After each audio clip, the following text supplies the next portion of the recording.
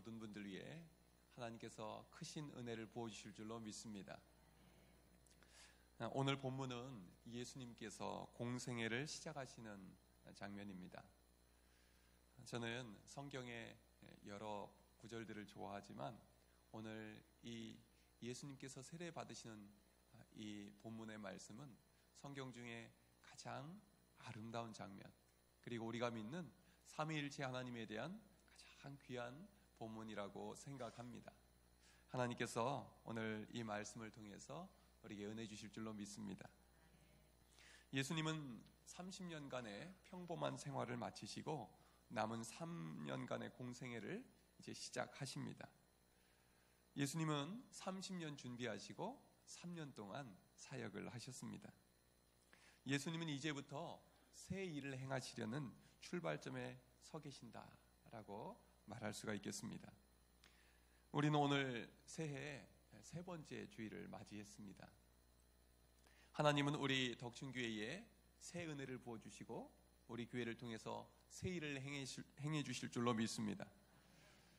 하나님은 우리 한 사람 한 사람에게 새 은혜를 부어주시고 또한 우리들을 통해서 올 한해 새 일을 행하실 줄로 믿습니다.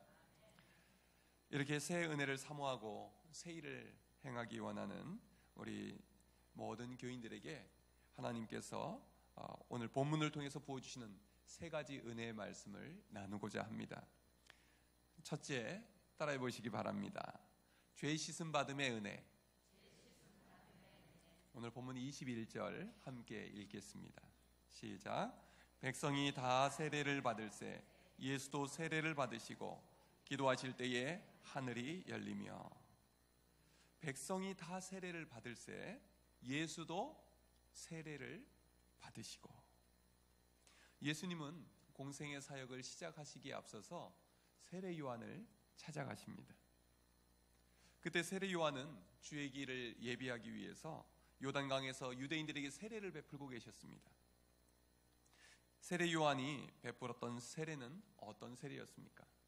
마가복음 1장에 보면 이렇게 표현합니다. 세례 요한이 광야에 이르러 죄 사함을 받게 하는 회개의 세례를 전파했다. 죄 사함을 받게 하는 회개의 세례가 세례 요한이 베풀었던 세례입니다. 그의 외침을 듣고 온 유대 지방과 예루살렘 사람들이 다 나와서 자기 죄를 회개하고 요단강에서 그에게 세례를 받았습니다.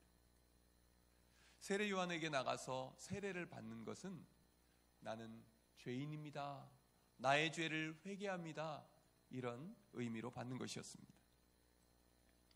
그런데 예수님은 고백할 죄가 있으셨을까요?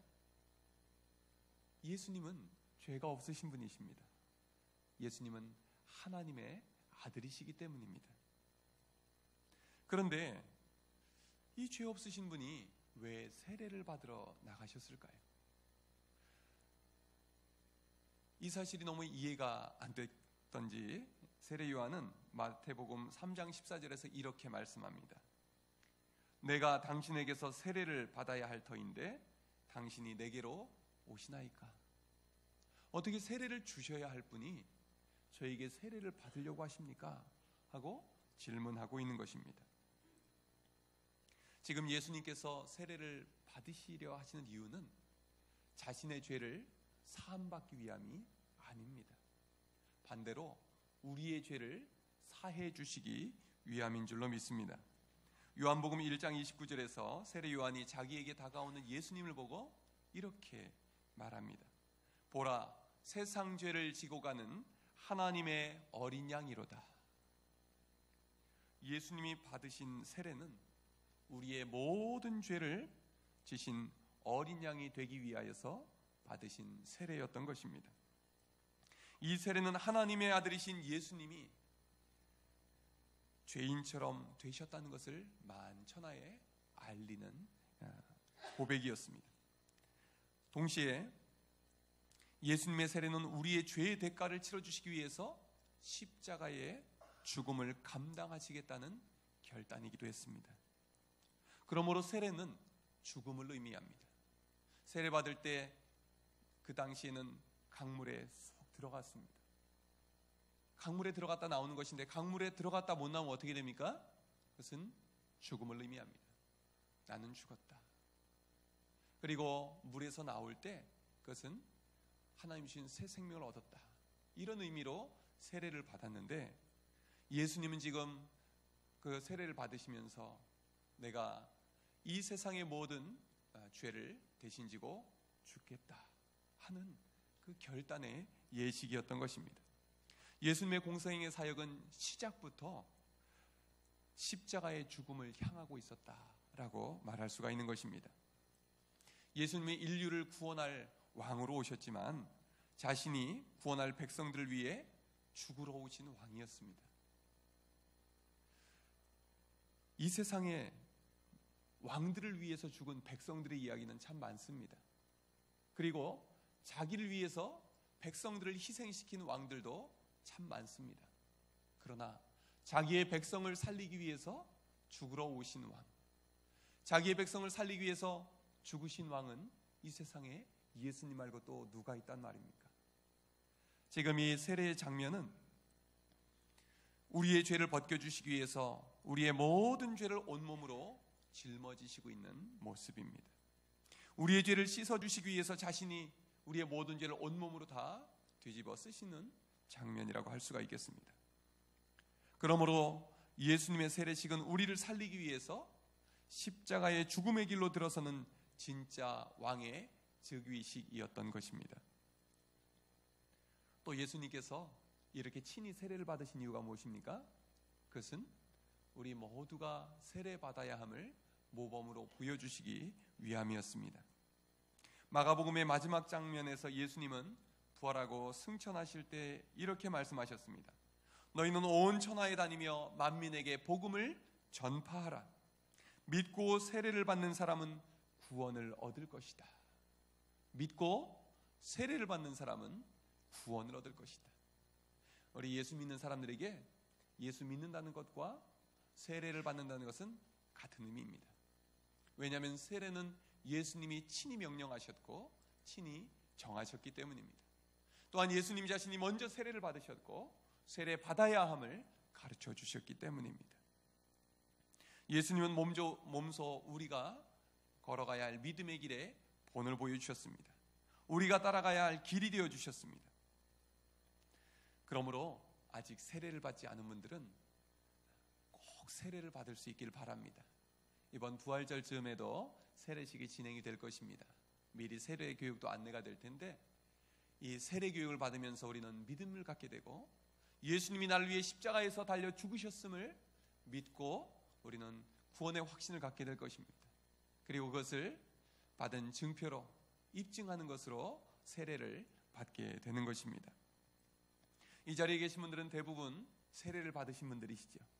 오늘 예수님의 이 세례를 우리에게 어떻게 적용할 수 있을까요? 세례식은 한 번이면 족합니다. 그러나 우리가 죄 씻음 받는 일은 날마다의 삶 속에서 순간순간 계속되어야만 합니다. 우리가 예수님을 믿으면서도 우리는 끊임없이 크고 작은 죄를 짓습니다. 그런데 우리가 죄에 민감해져 있지 않으면 죄를 짓는지도 모르고 죄를 계속해서 짓게 되는 것입니다. 여러분 날마다 죄에 민감하게 깨어 있으시기를 바랍니다. 하루하루 순간순간 예수 그리스도의 보혈로 우리의 모든 죄를 깨끗이 씻음 받으시기를 바랍니다. 하나님께서는 항상 새 일을 행하시기에 앞서서 새 은혜를 부어주시기에 앞서서 우리가 깨끗한 그릇이 되기를 원하십니다. 우리의 마음이 깨끗하게 은혜를 받을 준비가 되어 있을 때 그 깨끗한 마음에 하나님은 새 은혜도 부어주시고 새 그릇을 통해서 새 일을 행하시기 때문입니다. 여러분 우리 안에 있는 숨겨진 죄악들이 하나님의 은혜로 다 하나님 앞에 드러날 수 있기를 기도하기 바랍니다.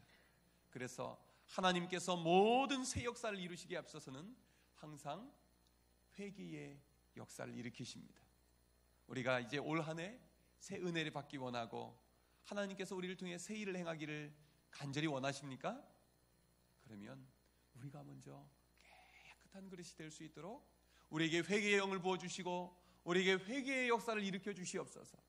우리 자신뿐만 아니라 우리 가정에도 부어주시고 우리 덕춘교회에 은혜를 내려 주셔서 우리에게 회개의 역사 일으켜 주시고 깨끗이 죄 씻음 받음의 은혜를 부어달라고 간절히 기도할 수 있기를 바랍니다. 두 번째 우리에게 주신 은혜의 말씀입니다. 함께 따라하겠습니다. 성령 충만의 은혜. 이번에는 21절 22절을 함께 읽겠습니다. 시작. 백성이 다 세례를 받을새 예수도 세례를 받으시고 기도하실 때에 하늘이 열리며 성령이 비둘기 같은 형체로 그의 위에 강림하시더니, 여기까지만 읽겠습니다. 예수님이 세례를 받으신 후에 성령님이 비둘기같이 강림하셨습니다. 예수님께서는 하나님 아버지의 뜻을 따라 십자가의 대속의 길을 걸어가시기로 결단하셨습니다. 그렇게 세례를 받으실 때 성령님이 임하셔서 권능을 입혀 주신 것입니다. 예수님의 모든 사역은 성령님과 관련이 있습니다. 예수님이 계신 곳은 어디든 성령님이 동행하셨습니다. 예수님의 모든 사역은 성령님께서 동여 가신 열매입니다. 예수님이 출생하실 때 어떠하셨습니까? 성령으로 말미암아 마리아를 통해 잉태되셨습니다. 예수님은 공생의 사역을 시작하시기에 앞서서 오늘 성령의 권능을 입으십니다. 또 예수님이 세례를 받으신 후에 성령에 이끌려서 40일 동안 광야에서 금식기도 하시고 마귀의 시험을 말씀으로 물리치시고 승리하셨습니다. 그리고 예수님은 모든 사역을 행하실 때 성령의 권능을 힘입어서 행하셨습니다. 귀신을 쫓아낼 때도 성령의 권능으로 행하셨습니다. 병자를 치유하실 때도 성령의 권능으로 행하셨습니다. 예수님은 모든 기적을 일으키실 때 성령님의 도우심을 입어 그 모든 일을 행하셨습니다. 예수님은 우리들이 어떻게 믿음 생활을 해야 할지 그 본을 바르게 보여주십니다. 예수님은 십자가에 죽으시고 부활하신 후에 승천하시기에 앞서서 사도행전 1장 8절에서 이렇게 말씀하십니다. 오직 성령이 너희에게 임하시면 너희가 권능을 받고 예루살렘과 온 유대와 사마리아와 땅끝까지 이르러 내 증인이 되리라. 아멘. 예수님은 자신이 세례 받으실 때 임하셨던 그 성령님이 이제는 제자들에게 임하실 것이라 말씀하십니다. 예수님께서 공생의 사역을 시작하실 때 입으셨던 성령의 권능을 이제는 예수님이 떠나가시지만 그 제자들이 성령의 권능을 덧입고 예수님께서 행하셨던 그 모든 사역을 감당케 되리라 말씀하십니다. 정말 예수님은 약속하신 그 성령님을 제자들이 간절히 구할 때 오순절에 보내주셨습니다. 성령의 충만함을 입고 성령의 권능을 입은 제자들은 예수님이 행하신 기적들을 행합니다. 그뿐만 아니라 예수님보다 더 큰 일을 행하게 됩니다. 우리가 믿음 생활하면서도 구원의 확신이 없는 분들이 계십니까? 왜 그럴까요? 우리가 성경 말씀을 읽으면서도 설교를 들으면서도 이해가 잘 되지 않고 믿어지지 않는 부분들이 있습니까? 그것은 왜 그럴까요? 성령 받지 못하면 그러합니다. 우리가 이미 성령을 받았어도 성령 충만하지 못하면 우리가 말씀을 들어도 은혜가 없는 것입니다. 우리가 신앙생활을 하면서도 생기가 없고 기쁨이 없는 이유는 무엇일까요? 성령 충만하지 않을 때 그렇습니다. 우리가 과거에는 구원의 감격을 누리고 뜨겁게 기도하고 뜨겁게 찬양하고 뜨겁게 전도했는데 요즘은 그때와 다르다면 이유는 무엇일까요? 성령 충만하지 않기 때문입니다. 성령 충만은 우리가 한 번으로 족한 것이 아니라 매일매일 지속되어야 합니다. 세례는 한 번 받는 것입니다. 그러나 성령 충만은 매일매일 순간순간 받아야 하는 줄로 믿으시기를 바랍니다. 오래전에 인도에서 있었던 얘기입니다. 영국 사람이 인도의 한 영주에게 그 당시에 나온 지 얼마 안 된 트럭을 선물했습니다. 그런데 이 인도의 영주였지만 자동차를 처음 본 겁니다. 보니까 너무 멋지고 마음에 드는 겁니다. 그래서 고맙다고 그렇게 기뻐했습니다.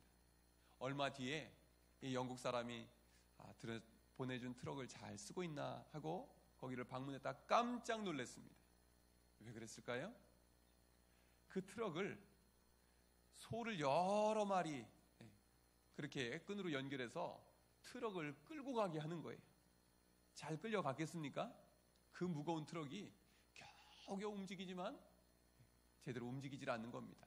그래서 가서 이야기해 줬습니다. 이 트럭은 소가 끄는 게 아닙니다.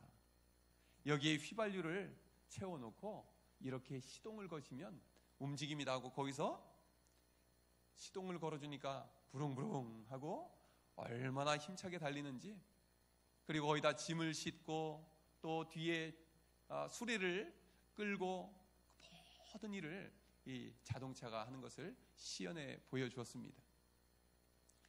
여러분, 성령 충만은 무엇일까요? 성령 충만은 마치 이 자동차에 휘발유를 채우고 시동을 걸어서 움직이는 것과 같습니다. 우리가 성령 충만하지 않으면 트럭을 앞에서 끌고 가는 것처럼 힘이 드는 것입니다. 그러나 성령 받으면 어떻습니까? 트럭이 소를 태우고 갈 수도 있고 짐을 얼마든지 힘있게 끌고 갈 수가 있는 것입니다. 우리가 믿음 생활하면서도 기쁨이 충만하시길 원하십니까? 성령 충만 받으시기 바랍니다. 우리가 봉사하면서 지치는 것이 아니라 봉사할수록 힘이 나고 봉사할수록 보람이 가득하길 원하십니까? 그러면 성령 받고 봉사하시길 바랍니다. 하나님께서 새 일을 행하실 때는 성령 충만함을 부어주십니다. 이 시간 사모함으로 나온 여러분들에게 하나님께서 약속하신 성령님을 보내주실 줄로 믿습니다. 예수님께서 성령의 권능을 어떻게 받으셨을까요? 오늘 읽은 말씀 21절에 답이 있습니다. 예수님이 세례를 받으시고 그 다음에 무슨 일을 하셨을까요? 기도하셨습니다. 기도하셨더니 하늘문이 열리고 성령님이 비둘기 같은 형체로 임하셨다 말씀합니다. 예수님은 모든 사역을 성령의 권능을 힘입어 행하셨습니다. 예수님은 사역을 시작하시기 전에 앞서서 먼저 아버지 앞에 나와 새벽에 기도하시고 성령의 충만함을 입어 하루를 살아가셨습니다. 또 하루에 그 수많은 일들을 감당하시고 나서 저녁 늦은 시간에도 하나님 아버지 앞에 나와 성령의 충만함을 입고 그리고 하루를 마무리하셨습니다. 예수님께서 성령의 충만함을 입어서 이렇게 모든 일을 감당하셨다면 하물며 우리는 어떠해야 하겠습니까?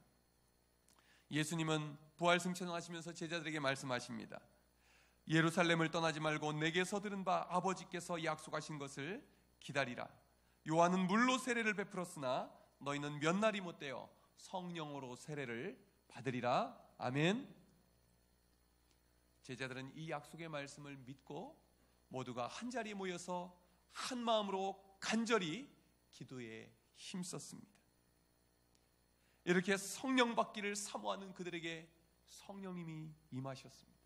성령님이 임하시자 그들은 기쁨이 충만했습니다. 성령님이 임하시자 그들은 하나님의 말씀을 자기들만 품고 있을 수가 없었습니다. 그들은 이 복음을 들고 나가서 담대히 증거했습니다. 그들은 너무나 기뻐서 함께 모여 예배하고 함께 모여 기도하고 함께 모여 찬양하고 모일수록 힘이 나고 그 힘 가지고 나가 증거하고 이웃들을 사랑으로 섬겼습니다. 이전에는 이 제자들이 서로 시기 질투하고 다투고 사이가 아주 안 좋았습니다. 그런데 성령 받고 나니까 어땠을까요? 서로 사랑하지 않고는 견딜 수가 없었습니다. 자기들이 가진 것을 서로 나눠줍니다. 그리고 주위의 어려운 이웃들에게 베풀어줍니다. 이렇게 이 예루살렘의 제자들이 너무 사이좋게 사랑하며 지내니까 교회 밖으로 좋은 소문이 나기 시작합니다. 그리고 사람들이 하나 둘씩 모여와서 나중에는 물밀듯이 밀려와서 예수 믿고 함께 그 사랑의 교제에 참여하게 됩니다. 이 모든 일이 어떻게 일어났습니까?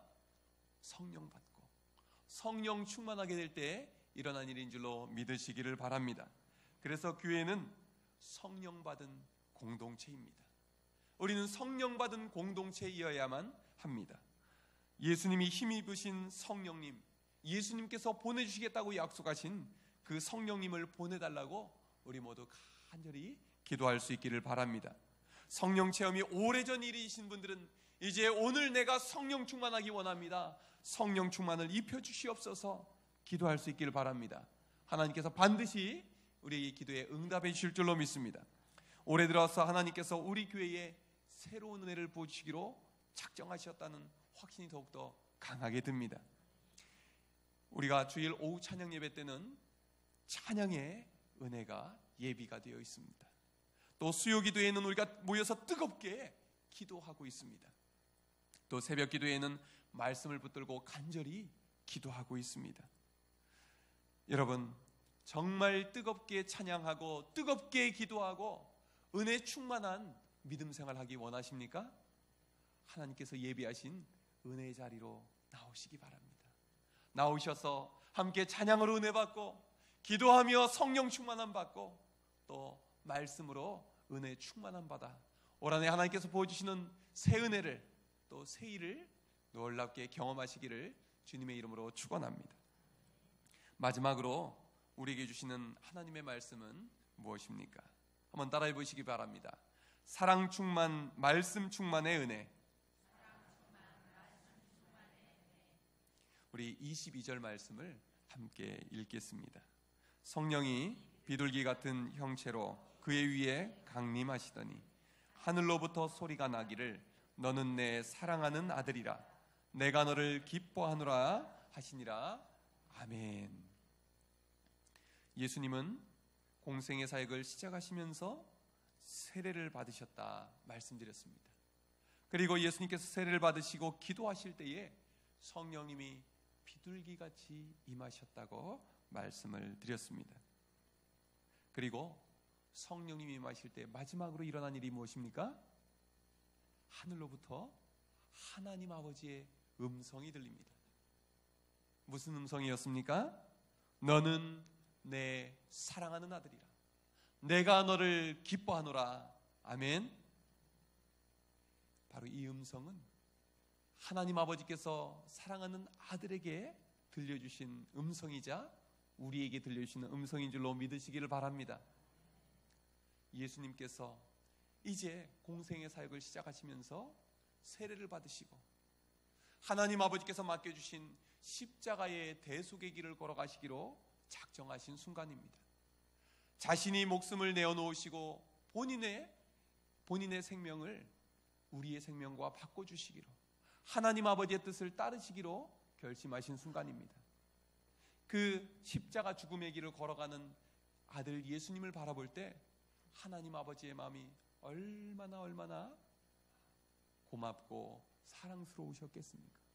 아버지의 그 뜻을 이루기 위하여서 이제 결단하고 나아가시는 그 아들을 향해서 하시는 말씀이 내가 너를 사랑하노라 내가 너를 기뻐하노라 너는 내 사랑하는 아들이다 하고 성령 충만과 함께 하나님 아버지의 사랑을 충만히 입혀주신 줄로 믿으시기를 바랍니다.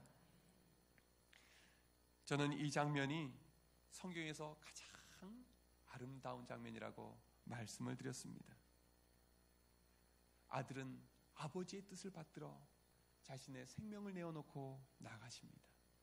그 아들을 보고 하나님 아버지께서는 너무너무 사랑스러우셔서 아버지의 사랑을 가득가득 부어주시고 성령님의 권능을 입혀주십니다. 이 모습이 우리의 믿음 생활의 모습이 되어야 할 줄로 믿습니다. 우리 예수님은 아버지께서 보여주신 그 사랑의 힘으로 공생애의 3년간의 모든 사역을 감당하십니다.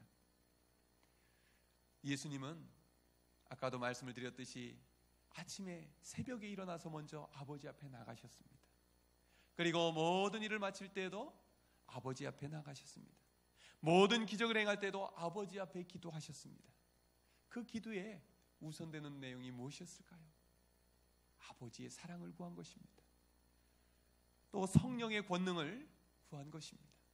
이렇게 날마다 순간순간 하나님의 아버지의 그 사랑을 힘입을 때 그 힘으로 예수님은 모든 일들을 넉넉히 감당한 줄로 믿으시기를 바랍니다.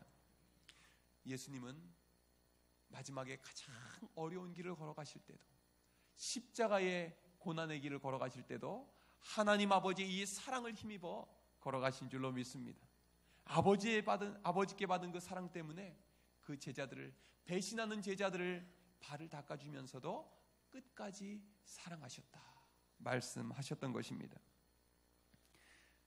하나님 아버지께서 우리에게 가장 먼저 원하시는 것은 일을 많이 하는 것이 아닙니다. 교회 봉사를 많이 하는 것이 아닙니다. 먼저 하나님의 사랑을 예수님처럼 힘입기를 원하십니다. 하나님의 사랑으로 가득 채워질 때 우리의 모든 섬김은 하나님의 사랑을 드러내는 섬김이 될 줄로 믿습니다. 우리가 찬양하는 모습을 우리 교인들이 볼 때에, 또 봉헌하는 모습, 안내하는 모습, 식당 봉사하는 모습, 차량 운전하는 모습, 또 교사로 헌신하는 모습, 보이는 곳에서 보이지 않는 곳에서 모든 그 섬김을 하나님 아버지의 사랑을 충만히 받아서 우리가 감당할 때 우리 교인들은, 우리 아이들은 무엇을 느낄까요? 하나님의 사랑을 우리를 통해 보고 느끼게 될 줄로 믿으시기를 바랍니다. 우리가 이렇게 하나님의 사랑을 가득 체험받아야 할 텐데, 예수님은 하늘로부터 아버지의 음성을 들었다 했습니다. 너는 내 사랑하는 아들이다. 너는 내 사랑하는 딸이다. 내가 너를 기뻐한다.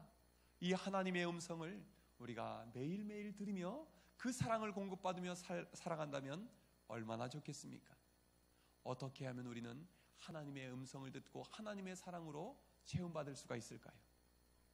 그것은 바로 하나님의 말씀을 들을 때, 하나님의 말씀을 읽을 때, 말씀을 통해서 하나님께서 나를 사랑하신다 음성을 들려주신 줄로 믿으시기를 바랍니다.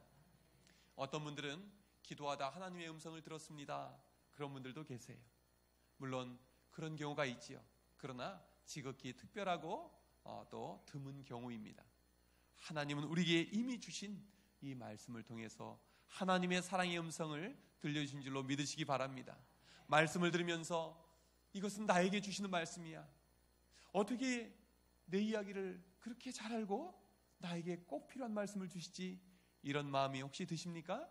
그것은 하나님께서 나에게 들려주시는 음성인 줄로 믿으시기를 바랍니다. 여러분, 가수 임재범 씨를 아십니까? 몇 년 전에 나는 가수다 이런 가요 프로그램에 나와서 우리 윤복희 씨가 불렀었죠. 그 오빠 윤한기 씨가 작곡했던 여러분이라는 노래로 인기를 단숨에 얻었던 우리 임재범 씨, 혹시 기억하시는 분들 계신지 모르겠습니다. 그런데 이 임재범 씨가 아주 심각한 우울증과 조울증을 앓았다고 합니다. 그래서 모든 음악 활동과 방송 활동을 다 중단하고 그냥 은둔의 생활을 했습니다. 임재범 씨는 그 당시를 이렇게 말합니다. 아무런 이유도 없이 불안했습니다. 그리고 매일매일 죽음만 생각했습니다. 그런데요, 어느 날 임재범 씨가 성경을 읽게 되었습니다. 그 당시 암투병을 하고 있던 그 아내가 임재범 씨 옆에다가 성경책을 갖다 놓은 것입니다. 너무 우울해하고 너무너무 힘들어하니까 하나님 말씀을 읽으라고 옆에 갖다 놨던 거예요. 그리고 한번 시간도 많은데 일독해보라고 권유했습니다. 제 눈 옆에, 바로 옆에 눈에 띄니까 성경을 읽게 되었습니다. 그런데 성경을 읽기 시작하면서 놀라운 일이 일어났습니다. 그의 마음에 평안이 찾아왔던 것입니다. 성경을 읽으면 읽을수록 더 재미가 있고, 또 성경을 읽으면 읽을수록 마음이 평안해지니까 말씀에 푹 빠져서 성경을 종일 읽으면서 지냈다고 합니다.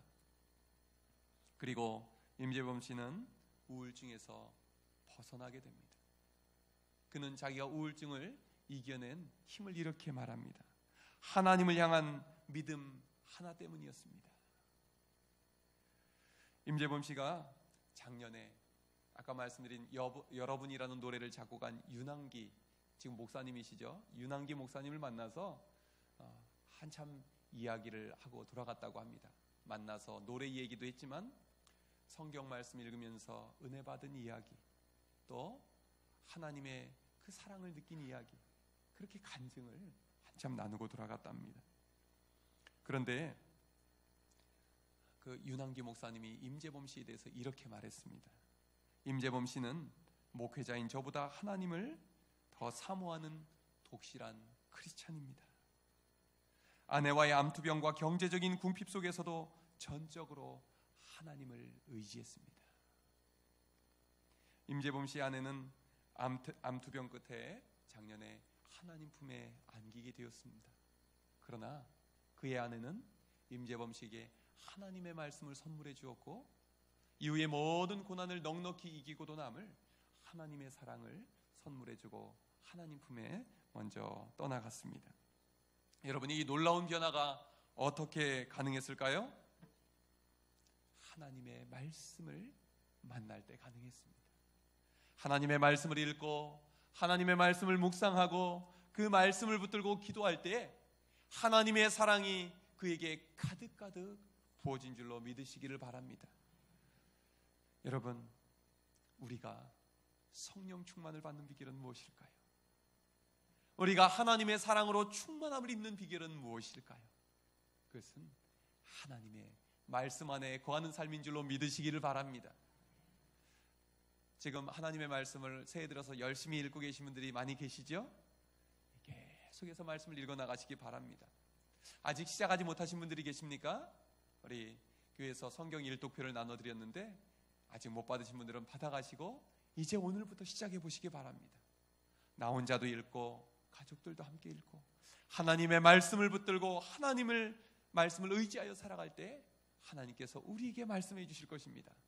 너는 내 사랑하는 아들이다. 너는 내 사랑하는 딸이다. 내가 너를 기뻐하노라. 우리에게 사랑을 부어주시고 성령의 충만함을 부어주시고 우리에게 죄 씻음의 은혜를 넘치도록 부어주셔서 올해나 우리에게 새 은혜를 부어주실 줄로 믿습니다. 우리를 통해서, 우리 교회를 통해서 새 일을 행하실 줄로 믿습니다.